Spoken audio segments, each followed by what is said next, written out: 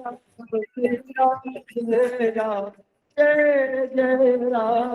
श्री राम जय राम जय जय राम, श्री राम जय राम जय जय राम, श्री राम जय राम जय जय राम, राम जय राम जय जय राम, श्री राम जय राम जय जय राम, श्री राम जय राम जय जय राम, श्री राम जय राम जय जय राम, श्री राम जय राम जय जय राम, श्री राम जय राम जय जय राम, श्री राम जय राम जय जय राम, श्री राम जय राम जय जय राम, श्री राम जय राम जय जय राम, श्री राम जय राम जय जय राम, श्री राम जय राम जय जय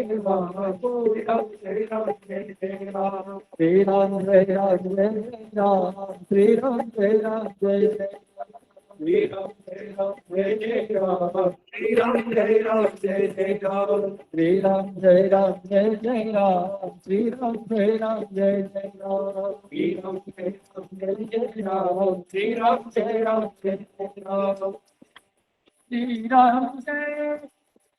जय जय जय राम, श्री राम जय राम जय जय राम, श्री राम जय राम जय जय जय जय श्री राधे, जय जय श्री राधे। श्रीमद् भागवत की इस पवित्र संगोष्ठी में समुपस्थित सभी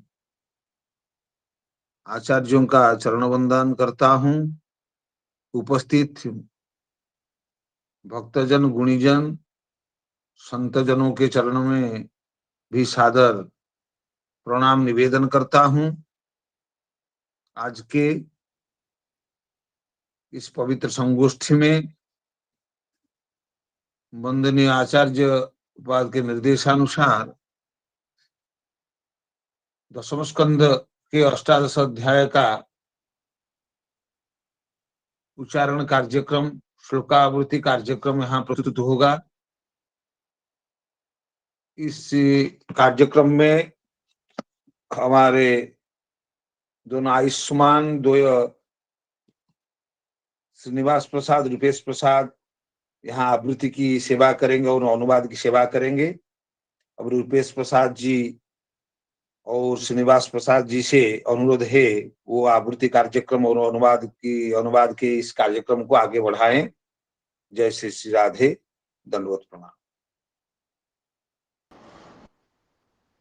जय जय श्री राधे।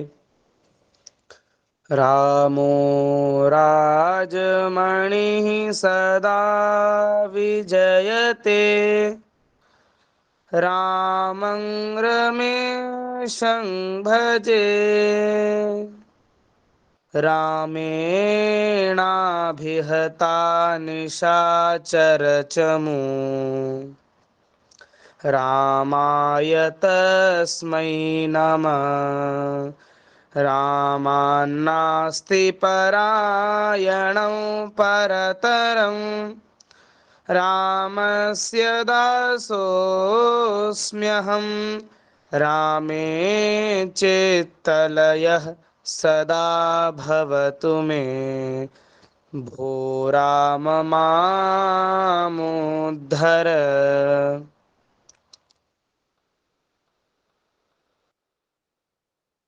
सभी संतों, वैष्णवों एवं आचार्य चरणों के श्री चरणों में दंडवत प्रणाम निवेदन करता हूँ एवं दशम स्कंद के 18वें अध्याय की श्लोक गायन की सेवा में प्रवृत्त हो रहा हूँ। श्री शुक उवाच अथ कृष्णः परिवृतो ज्ञातिभिर्मुदितात्मभिः अनुगीयमानोऽन्यविशद व्रजं गोकुलमंडितम। श्री राधे। अर्थात श्री सुखदेव जी कहते हैं, हे परीक्षित, अब आनंदित स्वजन संबंधियों से घिरे हुए एवं उनके मुख से अपनी कीर्ति का गान सुनते हुए श्री कृष्ण ने गोकुल मंडित गोष्ठ में प्रवेश किया। श्री राधे। व्रजे विक्रीडतो रेवम गोपाल छद्ममायया ग्रीष्मो नामर्तुरभवन् नातिप्रेयान् शरीरिणाम। श्री राधे। इस प्रकार अपनी योग माया से ग्वाल का बेस बनाकर राम और श्याम ब्रज में क्रीड़ा कर रहे थे। उन दिनों ग्रीष्म ऋतु थी। यह शरीरधारियों को बहुत प्रिय नहीं है। श्री राधे। स च वृन्दावनगुणैर्वसन्त इव लक्षितः यत्रास्ते भगवान् साक्षाद् रामेण सह केशवः। श्री राधे। परंतु वृंदावन के स्वाभाविक गुणों से वहां बसंत की ही छटा छिटक रही थी। इसका कारण था वृंदावन में परम मधुर भगवान श्याम सुंदर श्री कृष्ण और बलराम जी निवास जो करते थे। श्री राधे। यत्र निर्झर निर्ह्राद निवृत्त स्वनझिल्लिकम् सस्वच्छ सस्वत्तच्छीकरर्जीश द्रुममण्डलमण्डितं यत्र निर्झर निर्ह्राद निवृत्त स्वनझिल्लिकम् शश्वत्तच्छीकरर्जीश द्रुममण्डलमण्डितम्। श्री राधे। झिंगुरों की तीखी झंकार झरनों के मधुर झरझर में छिप गई थी। उन झरनों से सदा सर्वदा बहुत ठंडी जल की फुहियां उड़ा करती थी, जिनसे वहां के वृक्षों की हरियाली देखते ही बनती थी। श्री राधे। सरित्सरः प्रस्रवणोर्मिवायुना कह्लारकञ्जोत्पलरेणुहारिणा सरित्सरः प्रस्रवणोर्मिवायुना कह्लारकञ्जोत्पलरेणुहारिणा न विद्यते यत्र वनौकसान्दवो निदाघवन्यर्कभवोऽतिशाद्वले न विद्यते यत्र वनौकसान्दवो निदाघवन्यर्कभवोऽतिशाद्वले। श्री राधे। जिधर देखिए हरी हरी दुब से पृथ्वी हरी हरी हो रही है। नदी सरोवर एवं झरनों की लहरों का स्पर्श करके जो वायु चलती थी, उसमें लाल पीले नीले तुरंत के खिले हुए, देर के खिले हुए, कल्हार, उत्पल आदि अनेकों प्रकार के कमलों का पराग मिला हुआ होता था। इस शीतल मंद और सुगंध वायु के कारण वनवासियों को गर्मी का किसी प्रकार का क्लेश नहीं सहना पड़ता था। न दावाग्नि का ताप लगता था और न तो सूर्य का घाम ही लगता था। श्री राधे। अगाधतोय हृदि नीतटोर्मिभिर्द्रवत्पुरीष्याः पुलिनैः समन्ततः न यत्र चण्डांशुकराविशोल्बणा भुवोरसं साद्वलितं च गृह्णवते। श्री राधे। नदियों में अगाध जल भरा हुआ था। बड़ी बड़ी लहरें उनके तटों को चूम जाया करती थीं। वे उनके पुलिनों से टकराती और उन्हें स्वच्छ बना जाती। उनके कारण आसपास की भूमि गीली बनी रहती और सूर्य की अत्यंत उग्र तथा तीखी किरणें भी वहां की पृथ्वी और हरी भरी घास को नहीं सुखा सकती थीं। चारों ओर हरियाली छा रही थी। श्री राधे।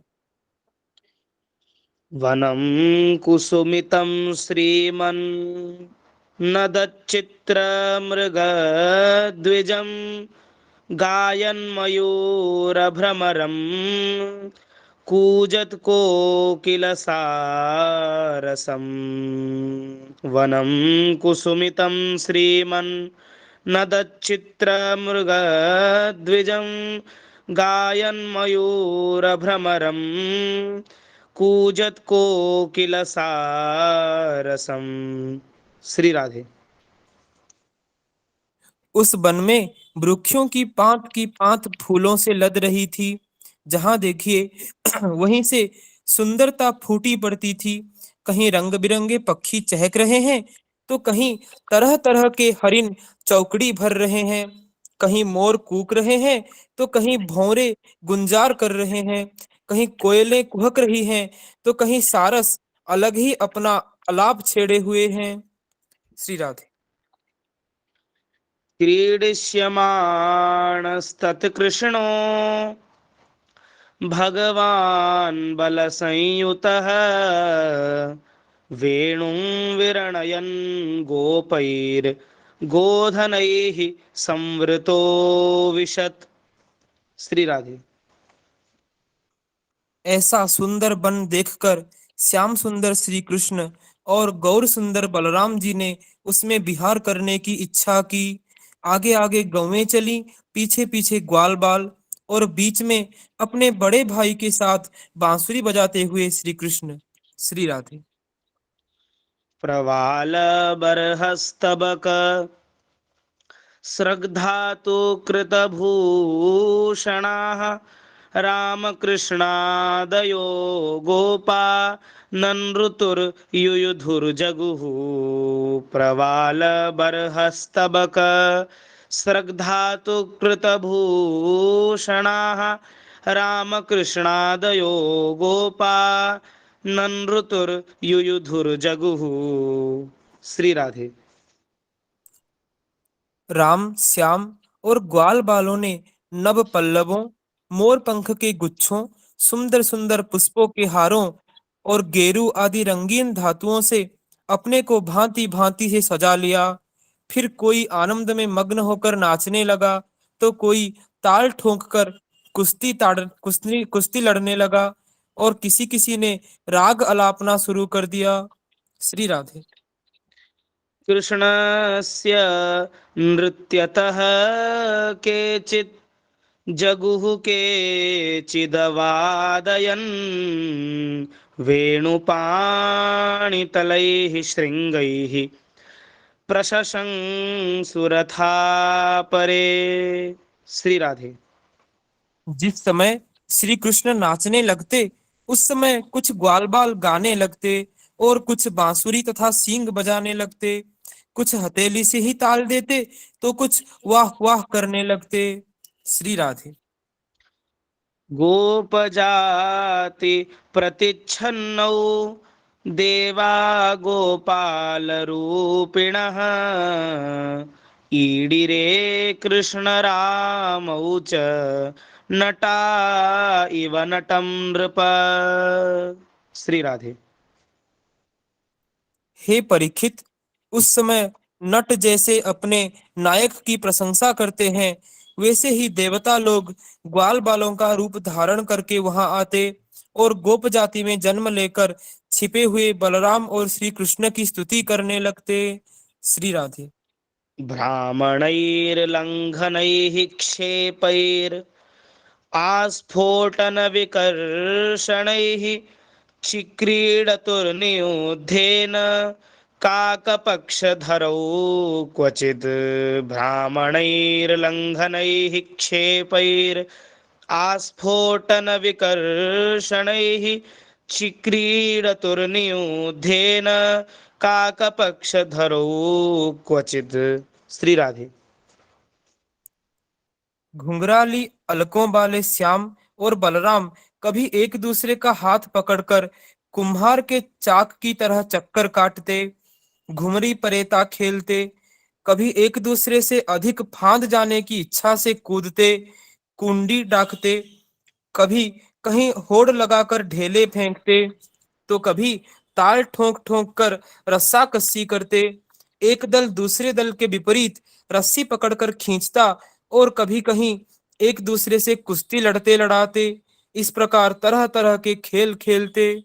श्री राधे। क्वचिन्नृत्यत्सु चान्येषु गायकौ वादकौ स्वयं सशंसतुर्महाराज साधु साध्विति वादिनौ। श्री राधे। कहीं कहीं जब दूसरे ग्वालवाल नाचने लगते तो श्री कृष्ण और बलराम जी गाते या बांसुरी सींग आदि बजाते, और महाराज कभी कभी वे वाह वाह करने कहकर उनकी प्रशंसा भी करने लगते।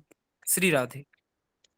क्वचिद् विल्वैः क्वचिद् कुम्भैः क्व चामलकमुष्टिभिः अस्पृश्य नेत्रबन्धाद्यैः क्वचिन्मृगखगेहया। श्री राधे।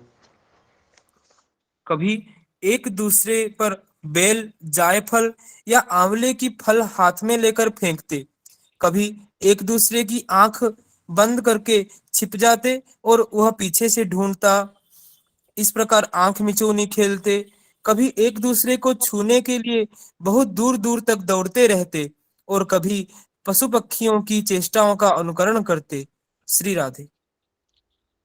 क्वचिच्च दरदुरप्लावैर्विविधैरुपहासकैः कदाचित् स्यन्दोलिकया करहि चिन्नृपचेष्टया।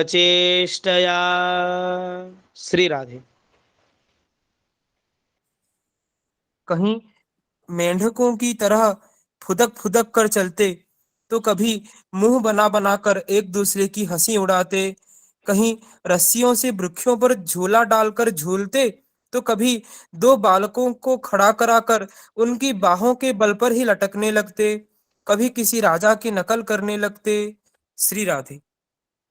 एवं तौ लोकसिद्धाभिः क्रीडाभिश्चेरतुर्वने नद्यद्रि द्रोणिकुञ्जेषु काननेषु सरस्सु च। एवं तौ लोकसिद्धाभिः क्रीडाभिश्चेरतुर्वने नद्यद्रि द्रोणिकुञ्जेषु काननेषु सरस्सु च। श्री राधे। इस प्रकार राम और श्याम वृंदावन की नदी, पर्वत, घाटी, कुंज, वन और सरोवरों में वे सभी खेल खेलते जो साधारण बच्चे संसार में खेला करते हैं। श्री राधे। पशूंश्चारयतो गोपै पशूंश्चारयतोर्गोपै स्तद्वने रामकृष्णयोः गोपरूपी प्रलम्बोगात् असुरस्तज्जिहीर्षया। श्री राधे। एक दिन जब बलराम और श्री कृष्ण ग्वाल बालों के साथ उस वन में गौवें चरा रहे थे, तब ग्वाल के बेस में प्रलंब नाम का एक असुर आया। उसकी इच्छा थी कि मैं श्री कृष्ण और बलराम को हर ले जाऊं। श्री राधे। तं विद्वानपि दाशार्हो भगवान् सर्वदर्शनः अन्वमोदत तत्सख्यं वधं तस्य विचिन्तयन्। श्री राधे।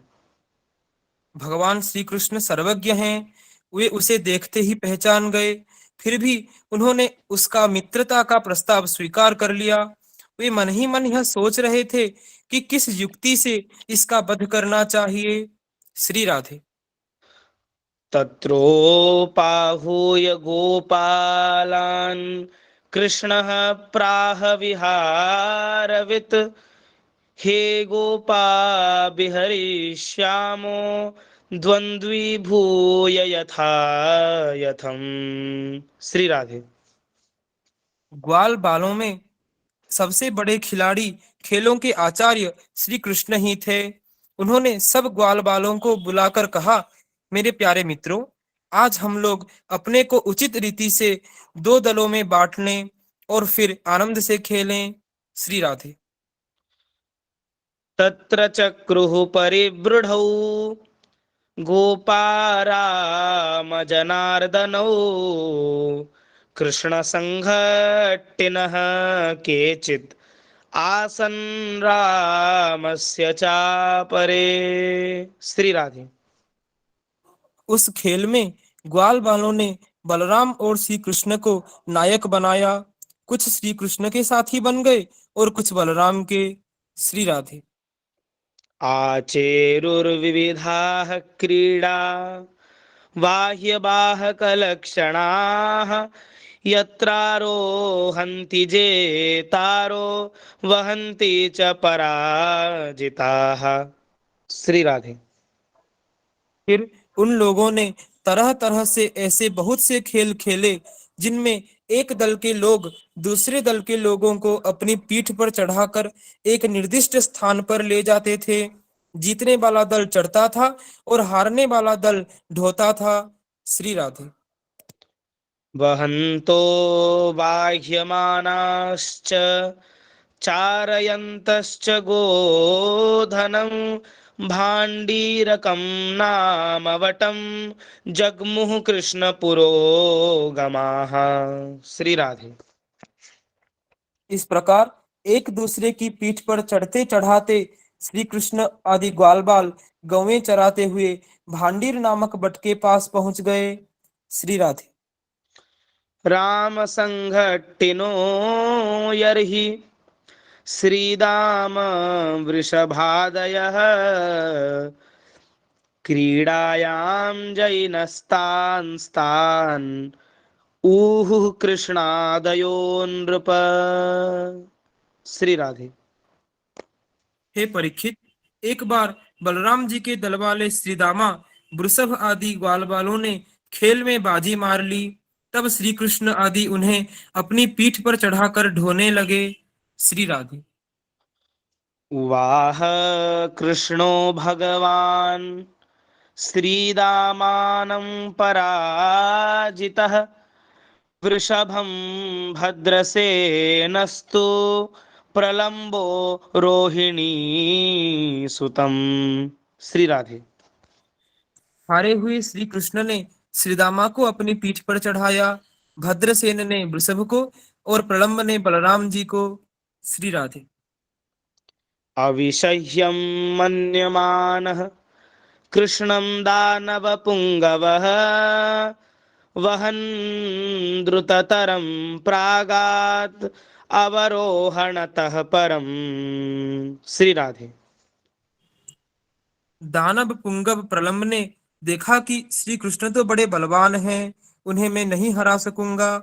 अतः वह उन्हीं की पक्ष में हो गया और बलराम जी को लेकर फुर्ती से भाग चला और पीठ पर से उतारने के लिए जो स्थान नियत था उससे आगे निकल गया। श्री राधे। तमुद्वहन् धरणिधरेन्द्र गौरवं महासुरो विगतरयो निजं वपुः सा स्थितः पुरटपरेच्छदो वभौ तडेद्युमान् उडुपतिवाडिवाम्बुदः। श्री राधे। बलराम जी बड़े भारी पर्वत के समान बोझ वाले थे। उनको लेकर प्रलंबासुर दूर तक न जा सका, उसकी चाल रुक गई। तब उसने अपना स्वाभाविक दैत्य रूप धारण कर लिया। उसके काले शरीर पर सोने के गहने चमक रहे थे और गौर सुंदर बलराम जी को धारण करने के कारण उसकी ऐसी शोभा हो रही थी मानो बिजली से युक्त काला बादल चंद्रमा को धारण किए हुए हो। श्री राधे। निरीक्ष तद्वपुरलमम्बरे चरत् प्रदीप्तदृग् भ्रुकुटितटोग्रदंष्ट्रकं ज्वलच्छिखं कटककिरीटकुण्डल त्विषाद्भुतं हलधर ईषदत्र सत्। श्री राधे। उसकी आंखें आग की तरह धधक रही थीं और दाढ़ें भौहों तक पहुंची हुई बड़ी भयावनी थी।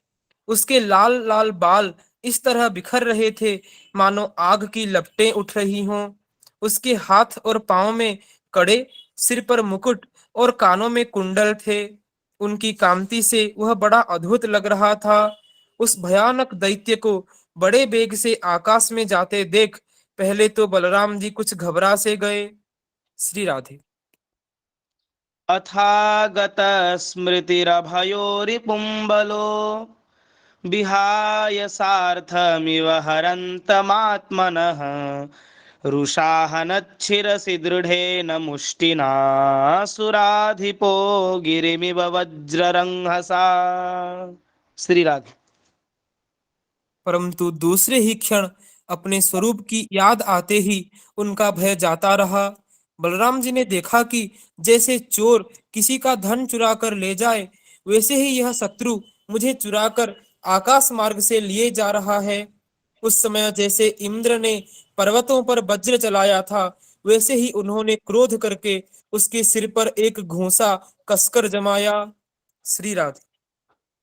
स आहतः सपदि विशीर्णमस्तको मुखाद्वमन् रुधिरमपस्मृतोऽसुरः महारवं व्यसुरपतत् समीरयन् गिरिर्यथा मघवत आयुधाहतः।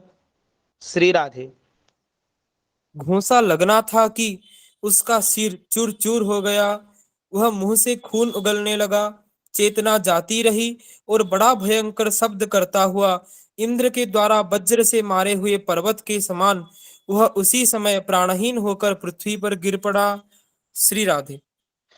दृष्ट्वा प्रलम्बं निहतं बलेन बलशालिना गोपाः सुविस्मितासन् साधु साध्विति वादिनः। श्री राधे। बलराम जी परम बलशाली थे। जब ग्वाल वालों ने देखा कि उन्होंने प्रलंबासुर को मार डाला, तब उनके आश्चर्य की सीमा न रही। वे बार बार वाह वाह करने लगे। श्री राधे। आशिषोभिगृणन्तस्तं प्रशंसुस्तदर्हणं प्रेत्यागतमिवालिङ्ग्य प्रेम विह्वल चेतसः। श्री राधे। ग्वाल बालों का चित्त प्रेम से विह्वल हो गया। वे उनके लिए शुभ कामनाओं की वर्षा करने लगे और मानो मरकर लौट आए हों, इस भाव से आलिंगन करके प्रशंसा करने लगे। वस्तुतः बलराम जी इसके योग्य थे ही। श्री राधे। पापे प्रलम्बे निहते देवाः परमनिवृताः पापे प्रलम्बे निहते देवाः परमनिवृताः अभ्यवर्षन् बलं माल्यैः शशंसुः साधु साध्विति पापे प्रलम्बे निहते देवाः परमनिर्वृताः अभ्यवर्षन् वलं माल्यैः शशंसु साधु साध्विति। श्री राधे। प्रलंबासुर मूर्तिमान पाप था। उसकी मृत्यु से देवताओं को बड़ा सुख मिला। वे बलराम जी पर फूल बरसाने लगे और बहुत अच्छा किया, बहुत अच्छा किया, इस प्रकार कहकर उनकी प्रशंसा करने लगे।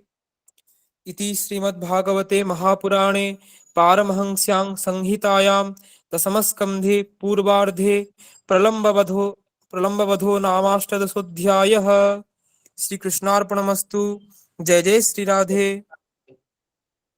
जय जय श्री राधे। आयुष्मान रूपेश प्रसाद को और आयुष्मान श्रीनिवास प्रसाद को श्रीमद् भागवत मकरंद मिलिंद वृंद की ओर से हम साधुवाद समर्पण करते हैं। दोनों ने खूब सुंदर भाव से,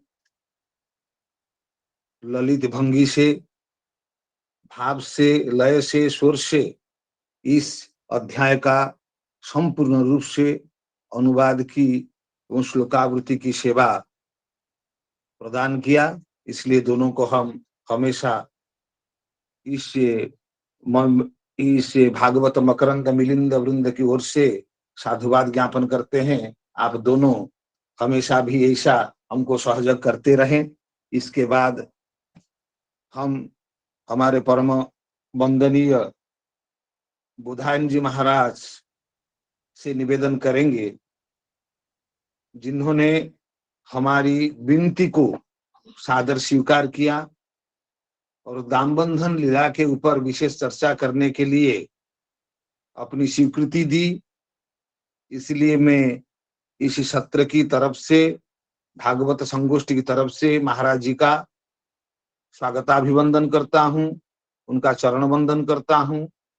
महाराज से निवेदन करता हूँ कि दामबंधन लीला का जो विशेष विचार है, उस विशेष विचार को हम सभी के समक्ष उपस्थापन करके कृतकृत्य कराएं। इसलिए महाराज से निवेदन है, वो दामबंधन लीला का विशेष चर्चा सत्र शुरू करें। जय जय श्री राधे। परम वंदनीय बुधायन जी महाराज। जय जय श्री राधे। महाराज से आवाज पहुंच रही है? पहुंच रहा है जय महाराज। जय श्री। सभी आचार्यों के श्री चरणारविंद में अनंत कोटि प्रणाम करते हुए सभी महानुभाव श्री भागवत मकरंद मिलिंद वृंद के सभी महानुभावों के श्री चरणारविंद में अनंत कोटि कोटि नमन करते हुए वैष्णव की आज्ञा को अपने सिर पर धारण करते हुए एक दो साहस कर रहे हैं श्री दामोदर प्रसंग को वर्णन करने के लिए। सर्वप्रथम मंगलाचरण करते हुए अंग श्यामलिमछटाभिरभितो मंदे कृतंदीवरम जाटं जागुडरोचसां कटाम्बरस्य श्रियम् बृन्दारण्यविलासिनं हृदि लसत् दामाभिरामोदरम्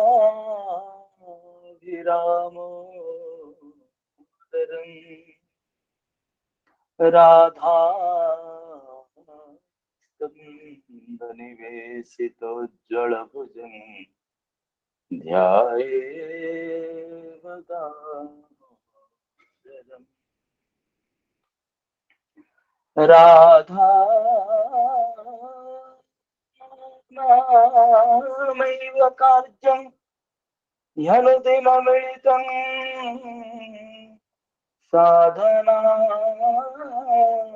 साधनाधीशकोट्या त्यज्य निरज्य राधापदकमलशोधा सत्कुमार्थाग्रकोटि राधा पदाब्जलीलभुवि जयति मंद मंदारकोटि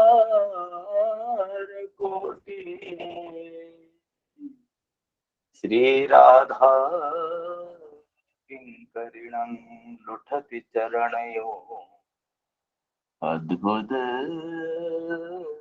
सिद्ध कोटि श्री राधा किंकरिणं लुठति चरणयो अद्भुता सिद्ध कोटि हरे भक्त पराजित हरि नाम वरायणा दुर्वृत्तवा सुवृत्तवा ते संनित्यो नमो नमः। सभी वैष्णवों के श्री चरणारविंद में अनंत कोटि दंडवत नति करते हुए श्री दाम बंधन का जो प्रसंग है, ये 10वें स्कंद के 9वां अध्याय श्री सुखदेव गोस्वामी जी वर्णन कर रहे हैं। एकदा गृहदासीषु जसोदा नंदगेहिनी कर्मांतर निज दाशो निर्ममंथ स्वयं दधि जाने जाने हगीतानि तद्बालचरितानि च दधे निर्मंथने काले स्मरन्ति तन्मगायता। एक बार कह करके मासानाम कार्तिक मास में भक्त वत्सल भगवान श्री दामोदर जी का, जैसे भगवान श्री भक्त वत्सलता अपने प्रकट कराए मैया जसोदा जी के रस्सी से बंध करके, कहते हैं कि महाराज जथा दामोदर भक्त वत्सल विदितो जनैः तस्यां तादृशमाशः स्वल्पपि उरुकारकः। जिस प्रकार दामोदर भगवान अपने जो की माता जसोदा जी के रस्सी से बंध करके अपने भक्त वात्सल्यता गुण को प्रकाश कराए, यह मास कार्तिक मास भी इसी प्रकार ये भक्त वत्सल का मास है। आचार्य जी का वचन है, भुक्तिर मुक्ति हरि दद्यात् अर्चितो अन्यत्र सेविनः। भुक्ति मुक्ति हरि दद्यात् अर्चितो अन्यत्र सेविना। अन्यत्र सेविना भगवान भुक्ति और मुक्ति हरि दद्यात्, परंतु भक्ति तुम न ददाती तो जैसा बसी करे हरे। परंतु भगवान जी की भक्ति अपने जो वशीभूत कराने वाले जो भक्ति शक्ति, जो स्वरूप शक्ति की जो वृद्धि है, उसको ठाकुर जी देते नहीं है। इसीलिए कहते हैं मुक्ति ददाति करिहि चित्ति स्मन भक्ति योगम। परंतु यहाँ पर स्वतु अंजसा हरि भक्ति लभ्यते कार्तिके नरई। बड़े सरलता पूर्वक जो कि हरिभक्ति को वही व्यक्ति बड़े सरल भाव से सहज रूप से हरिभक्ति को भगवान लोग प्राप्त करते हैं ये कार्तिक के मास में, क्योंकि मथुरायं सकृदपि दामोदर सेवनाथ। और धामों का नाम नहीं लिए श्री रूप गोस्वामी पाद जी ने अपनी भक्ति रसामृत सिंधु नामक ग्रंथ में पुराण के कोटेशन को निकालते कहने लगे, मथुरायां सकृदपि ही, एक बार भी मथुरा मंडल में रह करके यदि दामोदर जी का सेवन करे, दामोदर जी की सेवा करे, दामोदर अष्टक को पाठ करे, दामोदर मास को नियम मास को यदि व्रत को पालन करे, तो भगवान अपने जी की हरिभक्ति को प्रदान करते हैं। मथुरा देवी भी प्रतिज्ञा करती है, ओहो मधुपुरी धन्या वैकुंठा च गरियसी दीनमेक निवासे न हरिभक्ति प्रयच्छति। ये धामों पे, सारों धामों में, सभी धामों में सर्वश्रेष्ठ है। इसीलिए मथुरा मंडल में रहने से मथुरा देवी भी प्रतिज्ञा करती है, मैं हरिभक्ति प्रदान करती हूँ। इसीलिए ऊर्जाधर विशेषेण मथुरायां च विशिष्यते। ये ऊर्जेश्वरी श्री वृषभानुनंदिनी श्रीमती राधा रानी ऊर्जाधर विशेषण मथुरायं च विशिष्यते, और अन्य धामों का नाम नहीं लिए। विशेष करके जो कार्तिक का जो मास है, ये भक्त वत्सल दामोदर मास है। जिस प्रकार भगवान ने अपने भक्त वत्सल्यता को प्रकट किए हैं दाम बंधन के प्रसंग में, ये मास भी बड़े करुणा मास है। इसी महीना में जो कि स्वल्पपि उरुकारकः, साधक अपना स्वल्प साधन करने से उनको भूरी भूरी भारी देके उनका फल प्राप्त होता है। इसलिए वैष्णवों का मास है। विशेष करके जिस मास में देखिए मैया जसोदा जी ने लाला को अपने बांधो, तो ये अत्यंत पवित्र मास है। इसीलिए भगवान की जो भगवत्ता है, प्रभु की पूर्णतया भगवत्ता जी के दामोदर मास में ही प्रकाशित हुए हैं। दामोदर भगवान की लीला में जो भगवान श्री कृष्ण में जो 4 गुण जो विशेषता है, जो चतुर्थ माधुरी तस्य ब्रज एव विराजते हैं, ये अन्यत्र नहीं है। एक है ऐश्वर्य क्रीडयो वेणु तथा श्री विग्रह से। बृहद भागवतामृत में श्री सनातन गोस्वामी बड़े गोसाई जी का शब्द है जी, ऐश्वर्य क्रीडयो वेणु तथा श्री विग्रह से, जिसको श्री रूप गोस्वामी पाद जी कहते हैं लीला प्रेमणा प्रियाधिक्यं माधुर्य वेणु रूपया इति असाधारण प्रोक्तं गोविंदस्य चतुष्टयम्। ये अद्भुत ऐसी लीला है जो दामोदर लीला यहाँ पर देखिए हम वर्णन करते हैं, इस लीलाओं को पाठ हो चुका है, फिर भी हम लोग देखिए श्रवण करते हैं। जिस प्रकार अतृप्त बालक माता जसोदा जी की जगह स्तनपान करते हुए जी के अपने अतृप्तता को प्रकाश कराए, तमंकारोप्य लालयं स्तनं स्नेह स्नुतं आदि शब्दों के द्वारा, परंतु आज प्रभु ने जब मैया जसोदा जी लाला को बांधने के लिए अड़ गई कि मैं तो लाला को बांध करके ही जगत में दिखाऊंगी, तो उसी समय वात्सल्य भाव में ब्रज के सभी गोपियां अपनी अपनी रस्सी लेकर के आए। तो कोई क्रोध से या बैर भाव से लेकर के नहीं आए, या जसोदा जी की भय से लेकर के नहीं आए, केवल जी की लाला के एक लोकातीत एक लीला को दर्शन करने के लिए इसी से बसीभूत होकर के गोपियों ने अपने भगवान के जगह अत्यंत अद्भुत लीला को दर्शन करने के लिए गोपियों ने अपने घर घर से जगह रस्सियां लेकर के आई और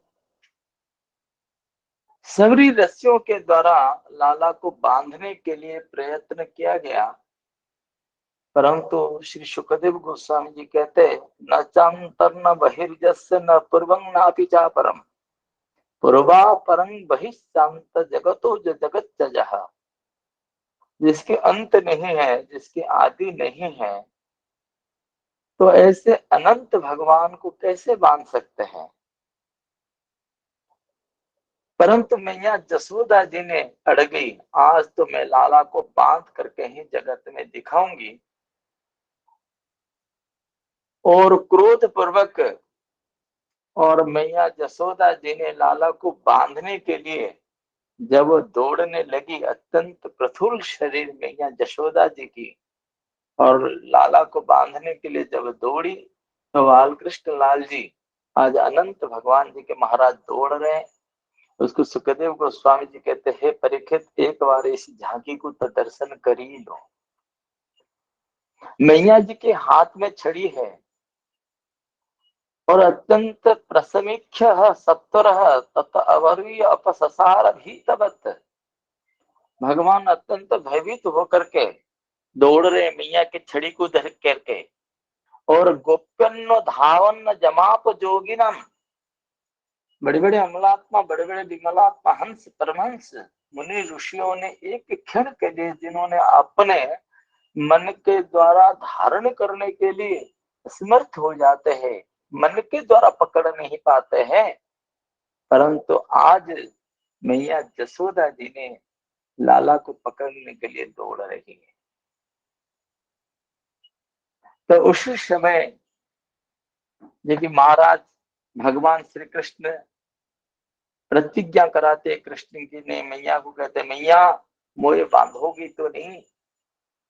कृष्ण ने बड़े कातरता पूर्वक पहले ही मैया से शपथ करा लेती है, मैया मेरी ताड़ना मत करो, मैं तेरे हाथ में आ जाऊंगा। तो भी मैया के द्वारा अपने बांधने के आग्रह देख करके श्री कृष्ण के मन में बालकपन में हट के कारण कुछ कोप सा उत्पन्न हो गया। वह उसी से अपने प्रभु को न बांधने की सम्मति को समझकर मेरे प्रभु को कौन बांध सकता है, ये भाव लेकर के ये प्रभु की जो विभू शक्ति है, जो ऐश्वर्य शक्ति प्रकट हो गई है। तो ऐश्वर्य शक्ति प्रकट होकर के जो भगवान की जो है लीला प्रेमणा, जो ऐश्वर्य क्रीड़यो बेणो, दामबंधन प्रसंग में ऐसा प्रभु ने अपने जो कि भगवान के अंदर से जो बाल हट के कारण जो ऐश्वर्य प्रकट हुई है, वो ऐश्वर्य शक्ति लाला को बांधने नहीं दी है, ये विभू शक्ति ने। इसलिए मैया जितनी भी प्रयास कर रही है तो द्वयंगुल न्यूनम, 2 उंगली की कम पड़ जाती है, और 2 उंगली के कारण ही इसलिए 2 उंगली न्यून के ऊपर में बड़े जो विचार करने की बात है, कालीचरण प्रसाद जी ने जो कहा कि दामोदर प्रसंग में जो अत्यंत जो कुछ जो कहते वस्तु है, जो आचार्यों का भाव है, हमारे हरिशुरीकृत श्री भक्ति रसायन ग्रंथ के अनुसार वर्णन है कि ये जो रस्सी है, संस्कृत साहित्य में गुण शब्द का अनेक अर्थ होते हैं। ये सद्गुण, सत्वादि गुण और रस्सी, भगवान निर्गुण है, परंतु ये जो रस्सी है ये सत्व गुणादि के अंतर्गत में है। ये रस्सी से कैसे बांध सकते हैं, ये कदापि संभव नहीं है। और उसी रस्सी के ऊपर में भगवान की दृष्टि पड़ गई मैया जब बांध रही थी, तो उसी रस्सी के ऊपर दृष्टि पड़ते ही वो रस्सी हो गई सिद्ध। और सिद्ध रस्सी के द्वारा कैसे जेके ठाकुर जी की जो उस खुद ही रस्सी जेकी सिद्ध हो गई, तो उसको कैसे जेके रस्सी बांध सकती है। सुना जाता है इसी संसार में विष के द्वारा केवल इंद्रियों का ही बंधन सुना जाता है। इसलिए विषय शब्द की विष्णोति बंधनाति इति विषयः, यह व्युत्पत्ति सार्थक है, किंतु इंद्रिय के अधिपति ऋषिकेश को कैसे जेके रस्सी बांध सकती है। विषयों के द्वारा बंधन कभी भी सुना नहीं गया है। इसीलिए इंद्रियों को या गाभियों को बांधने वाली ये रस्सी जो गोपति या इंद्रियों के पति या गायों के स्वामी कृष्ण को कैसे जेकी ये रस्सी बांध सकती है। इसीलिए कोई साधक यदि अपने गुण के द्वारा भगवान को बस में करना चाहे तो नहीं कर सकता है। मानो यही भाव सूचित करने के लिए ही ये गुण जो रस्सी है भगवान श्री कृष्ण के उदर को पूर्ण करने में समर्थ नहीं हुआ है। तो श्रेय साधन सहस्रे हरिभक्ति सुदुर्लभा श्री कृष्णाकर्षणी साचा, श्री कृष्ण को आकर्षण करने वाली गुण के द्वारा नहीं, ये प्रेम के द्वारा भगवान का शिवट हो जाते हैं। तो भगवान की जो अंतरंगा जो कृपा शक्ति है वो प्रकट हुई है।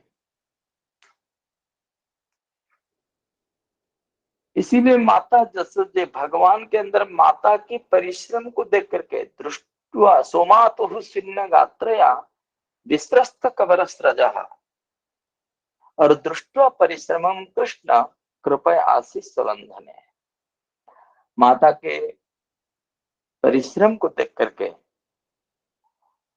और उनके जो श्रम है, लाला को मैं बांध करके जगत में दिखाऊंगी, तो उसी समय माता के जो परिश्रम है उसी परिश्रम को देखते हुए ठाकुर जी की हृदय द्रवीभूत होकर के एक एक कृपा शक्ति प्रकट हुई है। जो कृपा शक्ति प्रकट हुई है उसी समय ऐश्वर्य शिथिल हो गई और वहीं पर पूर्णतया माधुर्य प्रकट हुए और मैया जसोदा जी ने लाला को बांध दी। तो यहाँ पर चक्रवर्ती पाद जी का बड़ा सुंदर भाव है। कहते जी कि साधक अपने परिश्रम के द्वारा, साधन के द्वारा भगवान को बांध नहीं सकता है। तो साधन के द्वारा भगवान बंधे नहीं जा सकते, इसीलिए साधन को छोड़ना नहीं है, बल्कि साधन के द्वारा ही बंधा जा सकता है। तो वो अभिमान नहीं रहना चाहिए। तो उसी समय कि भगवान के साधकों के साधन और भगवान की कृपा, तत्नुकंपा, उनकी बिना कभी ठाकुर जी को बांधा नहीं जा सकता है। इसलिए दोनों ये एक बड़ा सुंदर जो भाव को प्रकट करा है, दृष्टवा परिश्रमम कृष्ण कृपया आशीष बंधन है। भक्त वत्सल भगवान ने आज माता जसोदा जी के द्वारा बांधे जाने के कारण आज दामह जस्य उदरे, तो आज दामोदर नाम से सुप्रसिद्ध हुए हैं। और विशेष करके मैया जसोदा जी ने बांधी है, तो वो वात्सल्य भावमती जसोदा जी ने बांधी है। और उसी बंधन को खोलने वाले कोई महान वात्सल्य रस के आचार्य नहीं चाहिए। भागवत में वर्णन है, मैया जसोदा जी ने ये दुष्ट की दुष्टता को नाश करने के लिए मैया ने उखल में बांधा। जैसे को कांटे को कांटे से निकाला जाता है, तो दुष्ट की दुष्टता को निकालने के लिए बड़े दुष्टों का संग कराते हुए उखल में बांध दिए। और आज जामला अर्जुन जो नल कुबर मणिग्रीव के जो दोनों पुत्र जो है, कुबेर के दोनों पुत्र जो है, वो जो कि मदमत्त होकर के, आपने बेहोश होकर के श्री नारद जी के चरण में जो अपराध किया, और श्री नारद जी ने जैसी अद्भुत कृपा करी, तो आज दोनों वृक्षों का जो पतित हुआ। तो कहते हैं महाराज, वात्सल्य रस के प्रेमी के बंधन को वात्सल्य रस के उपासक प्रेमी ही खोल सकते हैं। इसलिए बंधनानि खलुसन्ति बहुनि प्रेम रजकुत बंधनम अन्यत् दारु भेद निपुणोपि षडंग्री निष्क्रिय भवति पंकज कोशे।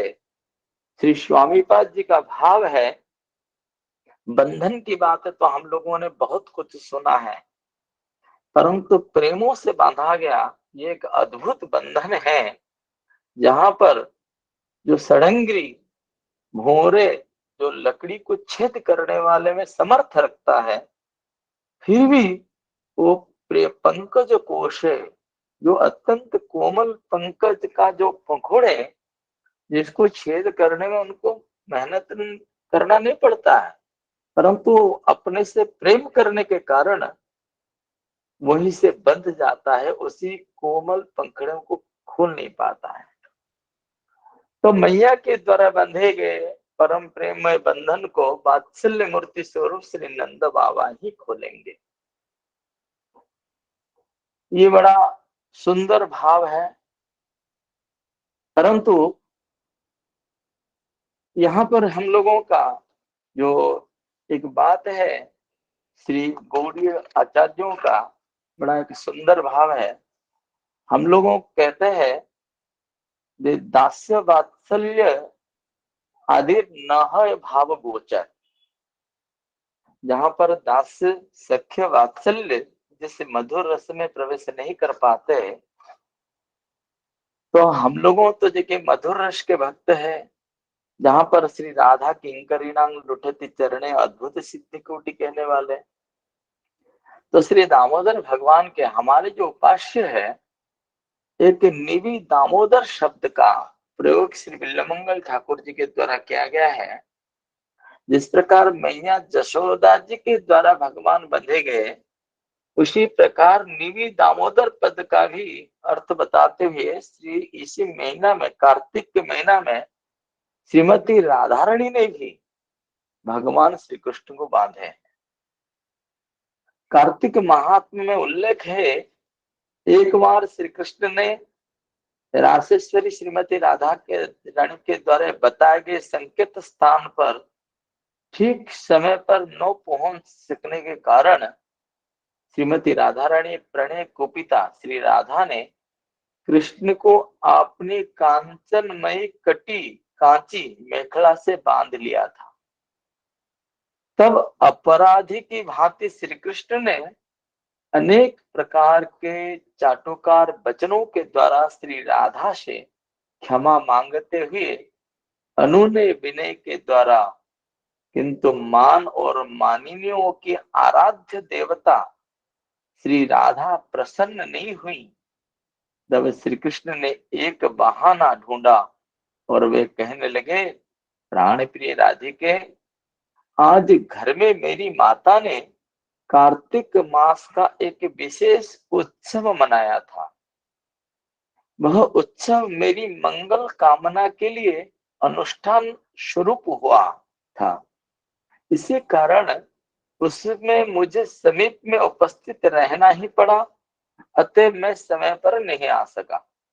राधे, मैं अन्यत्र कहीं भी नहीं गया, मैं तो तुम्हारे पास पहुंचने के लिए आतुर हो रहा था, परंतु माता ने उत्सव अनुष्ठान में से मुझे निकलने नहीं दिया।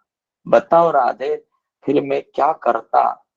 इसी प्रकार श्री कृष्ण ने अनेक युक्ति प्रस्ताव पेश किए, परंतु श्री कृष्ण को मुक्ति नहीं मिली।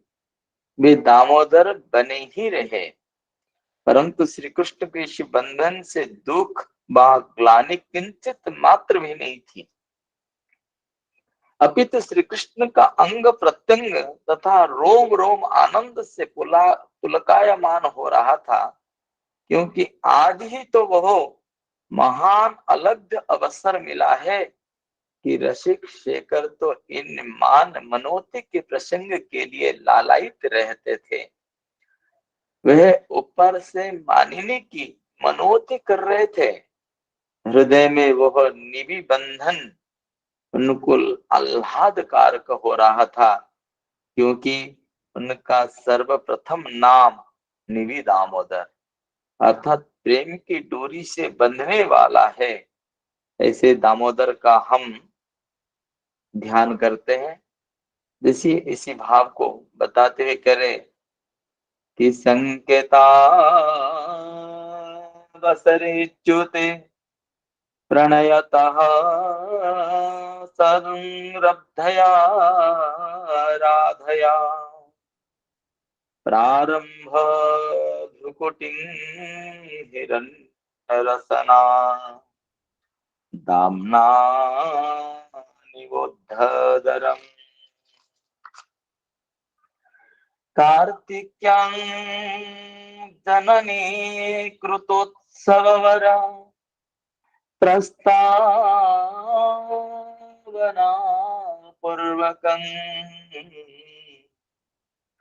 चाटुनी प्रथयन्तमाप्तपुलकं ध्यायेदामोदरम् चाटुनी प्रथयन्तमाप्तपुलकं ध्यायेदामोदरम्। ये बड़े महानुभावों का कार्तिक महात्मा में वर्णन है। तो श्री विश्वानुनंदिनी श्रीमती राधारानी ने भी यह कार्तिक मास में संकेत अवस्था में ठाकुर जी नहीं आने के कारण अपने कंचु कटली का द्वारा श्याम सुंदर को बांधने के कारण निबी दामोदर भी पड़ गया है।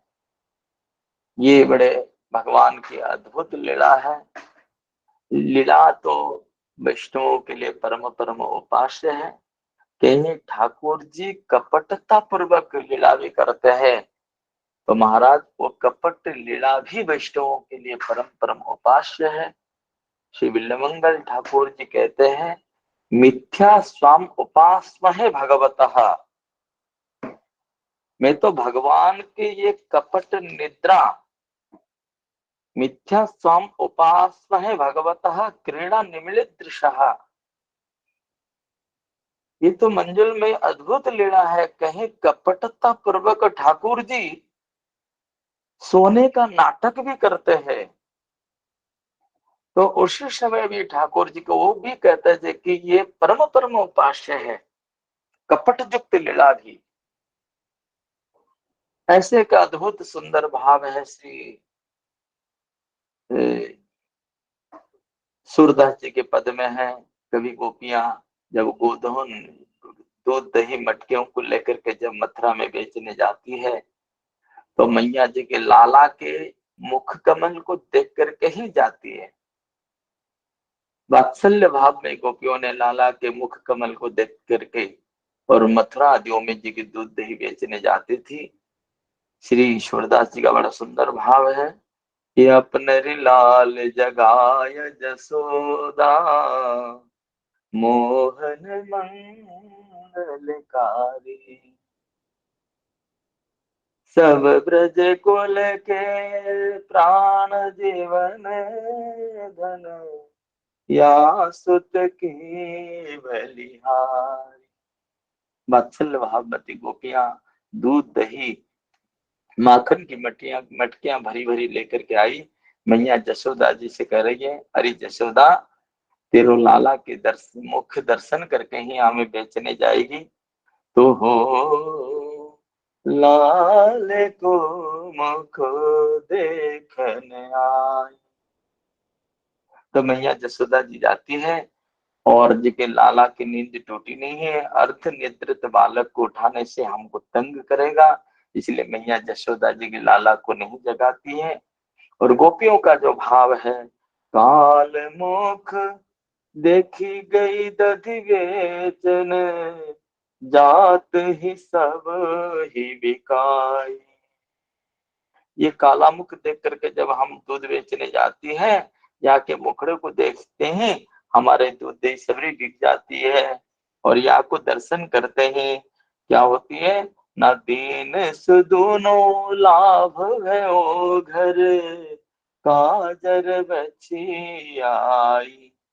अरे जसोदा, यह लाला को दर्शन करने से हमारी गाय भी जो है दूसरी बच्चियों को जन्म दे देती है, हमको दोगुना दूध मिलती है। तो क्या ये वात्सल्य भावमती गोपियों का यही भाव है अपने लाभ के लिए? नहीं नहीं, ये इनका देखिए बाहर का भाव है। अंतर भाव तो हम लाला के मुखड़े को दर्शन करने के लिए ये बड़े महान अभिलाषी है। दीनो सदूनो लाभ भयो घर काजर बची आ जाही। तो किसी भी तरह से जगह आकुति विकुति होकर के जब भी प्रार्थना करती है तो मैया जसोदा जी के महाराज जी के उनको जगाती नहीं है, परंतु लाला अंदर से सुन करके और प्रेमोद्भेद निर्गल प्रशमरं प्रव्यक्त रोमगमं श्रोतुं श्रोत्र मनोहर ब्रजवधू लीला मिथु जल्पितम। मैया जसोदा जी और गोपियों की आपस की जो बातचीत हो रही है, लाला सैया में पोढ़े हुए और मंद मंद नमस्कारते हुए जी के स्तोकं निरुद्धमान मृदुल प्रश्चंदी प्रेमोद्गमम। और उतने ही आयो धाय थमाय संग के मोहन देहु जगाई। मैया जगाती नहीं है तो लाला अंदर से आवाज लगाती है, इतने सुनते भी हंसे उठी बोले नागर निकट बुलाई। सूरदास प्रभु चतुर ग्वालिनी शयन संकेत बताई। इसलिए मिथ्या स्वाम उपास्महे भगवत क्रीड़ा निमिले दृशा। इन शब्दों के द्वारा अपनी त्रुटि फुटी शब्दों से चूक हुए हो तो आप परम आचार्य लोगों के सामने मेरा एक बहुत बड़ा दुशास है, समय अधिक में ले लिया, इसलिए क्षमा प्रार्थना करते हुए सभी वैष्णवों के चरण में तीनों आचार्यों के चरण में अनंत कोटि साष्टांग दंडवती नति करते हुए आज यहीं पर संक्षिप्त शब्दों से स्वल्प शब्दों से अपनी वाणी को विश्राम करता हूँ। जय जय श्री राधे श्याम। महाराज दंडवत प्रणाम। राधे राधे। महाराज दंडवत प्रणाम। जय जय श्री राधे। आपने अपनी दिव्य वाणी से हम सभी को समृद्ध कराया, सब विशेष चर्चा करके दाम बंधन लीला का सभी हम समृद्ध हुए, इसलिए आपके श्री चरण में हम श्रीमद् भागवत मकरंद मिलिंद की ओर से कोटि कोटि प्रणाम निवेदन करते हैं। आप अपनी धन्यवाद। मधुमयी वाणी से, तेजोमयी वाणी से लीला का जो वैशिष्ट्य आपने बतलाया वो हमारे के लिए ही, हम सबके लिए, सभी के लिए ही संस्मरणीय रहेगा। इसलिए हम आपसे कोटि कोटि प्रणाम निवेदन करते हैं। ऐसी आपकी कृपा बनी रहे। आप हमेशा ये सभा का तो आप मंडन ही है। आपके लिए, आप लोगों के लिए, आप वैष्णवों के लिए, आप संतों के लिए ही ये सभा शोभित हो रही है। इसलिए हम आपसे और कुछ न करके, प्रणाम निवेदन करके इस सभा की धन्यवाद। विश्रांति के लिए आपसे अनुमति चाहता हूँ। जय जय श्री राधे। दंडवत प्रणाम। जय जय कृपा बोधायन महाराज जी की जय हो, जय हो।